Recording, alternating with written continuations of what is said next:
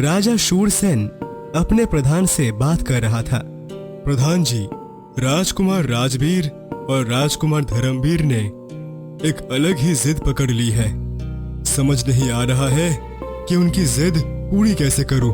क्या बात है महाराज, अब क्या जिद पकड़ी है राजकुमारों ने? दोनों राजकुमारों के पास इतने सारे खिलौने हैं, फिर भी आज दोनों ने जिद पकड़ी है कि उन्हें खेलने के लिए कोई जानवर का बच्चा चाहिए।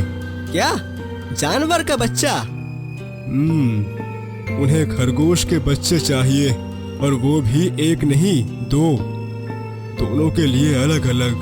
अब खरगोश के 2 जिंदा बच्चे कहाँ से लाए हम? महाराज, मेरे पहचान में एक शिकारी है, वंशी। उसका रोज जंगल में आना जाना रहता है। उसे पता होगा कि खरगोश के बच्चे कहाँ मिल सकते हैं। एक शिकारी? लेकिन हमें तो शिकार नहीं करनी है। हाँ महाराज, लेकिन वंशी जानवरों के शिकार करने के लिए जंगल में जाता है, इसीलिए उसे पता होगा कि जंगल के किस इलाके में खरगोश रहते हैं। मैं उसे कहूँगा तो वो हमें आसानी से 2 खरगोश लाकर दे सकता है। अच्छी बात है, आप आज ही उसे बुलाकर काम समझा दीजिए। प्रधान जी ने बंसी को बुलावा भेजा। बंसी के आने के बाद, वंशी, मुझे तुमसे एक जरूरी काम है।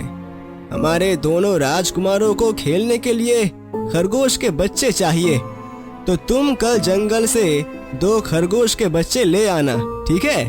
उसके बदले में तुम्हें अच्छी रकम मिलेगी। अरे अच्छी रकम मिलेगी तो ये वंशी खरगोश क्या, शेर के बच्चे को भी ला सकता है। अरे उसकी तो अभी कोई जरूरत है नहीं, जितना कहा है उतना करो। अगले दिन बंसी जंगल में आ गया। जहाँ पर खरगोश आते जाते थे, उसी जगह पर बंसी छुपकर बैठा हुआ था। तभी एक मादा खरगोश, बच्चों देखो, ज्यादा दूर मत जाना खेलते खेलते, मैं अभी आती हूँ। हम यहीं खेल रहे हैं। खरगोश की माँ अपनी दोस्त चिड़िया से मिलने जाती है। तभी, अच्छा मौका है, इन बच्चों की माँ कुछ देर के लिए इनसे दूर हो गई। अगर उनकी माँ उनके साथ होती तो मैं इन्हें पकड़ नहीं पाता, लेकिन अभी कोई दिक्कत नहीं है। फिर बंसी ने कुछ गाजर खरगोश के बच्चों से थोड़े दूर फेंक दिए, और उन गाजर को देख, अरे भैया, वो देखो कितने मस्त गाजर है। हाँ, कितने लाल लाल है। मेरे पानी आ रहा है, चलो इन्हें खाते हैं। लेकिन माँ ने दूर जाने से मना किया है। अरे हम झट से जाएंगे और फट से गाजर उठाकर ले आएंगे। फिर दोनों बच्चे गाजर लेने उसके पास जाते हैं, लेकिन बंसी ने गाजर को रस्सी से बांध कर रखा हुआ था। खरगोश के बच्चों के गाजर के पास आते ही वो गाजर को अपनी तरफ खींच ले रहा था। ऐसे करते करते दोनों बच्चे बहुत दूर आ गए। फिर बंसी ने उनके पीछे जाकर उन्हें पकड़ लिया। अब आ गए ना मेरे हाथ में, अब चलो। छोड़ो हमें, छोड़ दो। बच्चे चिल्लाते रहे और बंसी उन्हें राजमहल लेकर आया। प्रधान जी ने उसे उचित रकम दी और बंसी चला गया। प्रधान जी उन दोनों खरगोश को लेकर शूरसेन के पास आया। महाराज, ये लीजिए आपके खरगोश। शूरसेन खरगोश के बच्चों को देखकर खुश हो गया। उसने दोनों राजकुमारों को बुलाया। खरगोश के बच्चे को देखकर दोनों राजकुमारों के खुशी का ठिकाना नहीं था। अरे वाह, कितना प्यारा खरगोश है। हाँ, मेरा खरगोश भी कितना प्यारा है। चलो चलो, हम इन्हें अपने बगीचे में ले जाते हैं और वहाँ पर खेलते हैं। दोनों राजकुमार खरगोश के बच्चों को बगीचे में ले आकर खेलते हैं। वो दोनों खरगोश को भगा भगा कर खेल रहे थे। दोनों खरगोश उनके साथ खेल कर थक गए थे। भैया, मैं बहुत थक गया हूँ और मुझे बहुत भूख भी लगी है। हाँ, मैं भी थक गया हूँ, लेकिन ये दोनों राजकुमार हमें कब से दौड़ा रहे हैं। हमें माँ की बात माननी चाहिए थी। अगर हम माँ से दूर नहीं जाते तो वो शिकारी हमें पकड़ ही नहीं पाता। इधर जंगल में माँ खरगोश चिड़िया से बात कर रही होती है। तब एक बंदर भागते हुए उनके पास आकर, खरगोश बहन जल्दी आओ। क्या हुआ बंदर भैया, इतने हड़बड़ा हुए क्यों हो? बहन, मैंने अभी शिकारी बंसी को तुम्हारे दोनों बच्चे को ले जाते हुए देखा। क्या मेरे बच्चे? खरगोश अपने दोनों बच्चों को पुकारने लगी। उसने उन्हें बहुत ढूंढा, लेकिन वो उसे कहीं मिल नहीं रहे थे। कहाँ ले गया होगा वो शिकारी मेरे बच्चों को? कहीं उसने मेरे बच्चों को मार तो नहीं दिया होगा? अरे ऐसा मत कहो बहन, चलो हम तुम्हारे बच्चे को ढूंढते हैं। माँ खरगोश, चिड़िया और बंदर तीनों उन्हें ढूंढने के लिए निकल गए। बहुत दूर तक आने के बाद राजमहल तक पहुंचा।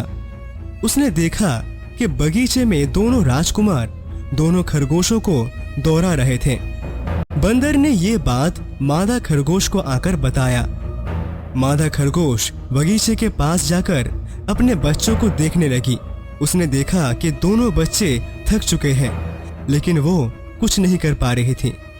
कुछ देर के बाद दोनों राजकुमार अपने अपने खरगोश को पकड़कर महल के अंदर चले गए।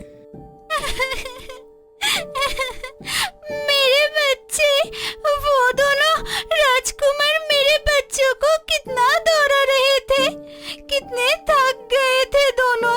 अब मैं उन्हें वापस कैसे लाऊं? हाँ, जब लोगों को कोई परेशानी होती है तब वो मदद मांगने के लिए राजा के पास जाते हैं, लेकिन यहाँ तो उस राजा ने ही तुम्हारे बच्चों को पकड़ने के लिए शिकारी भेजा था। अब हम किससे मदद मांगे? माँ खरगोश फूट फूट कर रोने लगी। बंदर और चिड़िया उसे समझा रहे होते हैं कि तभी वहाँ एक स्वामी जी आ गए। खरगोश को रोता हुआ देख, क्या हुआ? तुम रो क्यों रही हो? स्वामी जी, राजा अपने राजकुमारों के लिए मेरे दोनों बच्चों को ले गया। उन दोनों राजकुमारों ने मेरे जीते जगते बच्चे को खिलौना बनाकर रख दिया है। बेचारे भूखे प्यासे उनके साथ खेल रहे थे। मुझसे उनकी हालत देखी नहीं जा रही थी। अक्सर राजा ऐसा ही करता है। अपने सामर्थ्य के आगे उन्हें कुछ नहीं दिखता। बताओ, मैं तुम्हारे लिए क्या कर सकता हूँ? स्वामी जी, मैं उस अहंकारी राजा को सबक सिखाना चाहती हूँ। मैं चाहती हूँ जो पीड़ा उसने मुझे दी है अपने परिवार से बिछड़ने की, वही पीड़ा मैं भी उसे दूँ। तभी उसे मेरे दर्द का एहसास होगा। मुझे आपसे एक वरदान चाहिए स्वामी जी। कैसा वरदान चाहिए वत्स?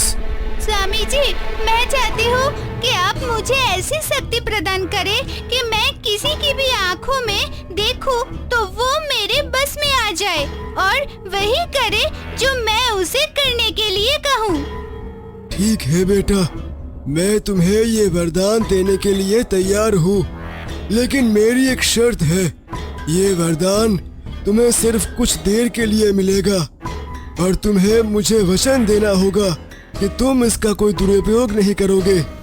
स्वामी जी को वचन देकर खरगोश माँ राजमहल में आ गई। वो छुपते हुए राजकुमारों के कक्ष में पहुँच गई। वहाँ जाने के बाद उसने देखा कि दोनों खरगोश पिंजरे में बंद हैं। माँ आ गई, अब तो माँ हमें यहाँ से ले जाएगी। खरगोश के बच्चे को बोलता हुआ देख राजकुमार ने मुड़कर देखा और माँ खरगोश को देखकर वो हंसने लगा। देखो राजवीर, एक और खरगोश आ गया। लगता है इनकी माँ है। अच्छा है, अब इन दोनों के साथ इसको भी दौड़ाएंगे। दोनों राजकुमार हंस रहे थे। तभी खरगोश माँ उनके पास आ गए और उनके आंखों में देखकर उसने कहा, चलो बच्चों, मेरे साथ चलो मेरे घर।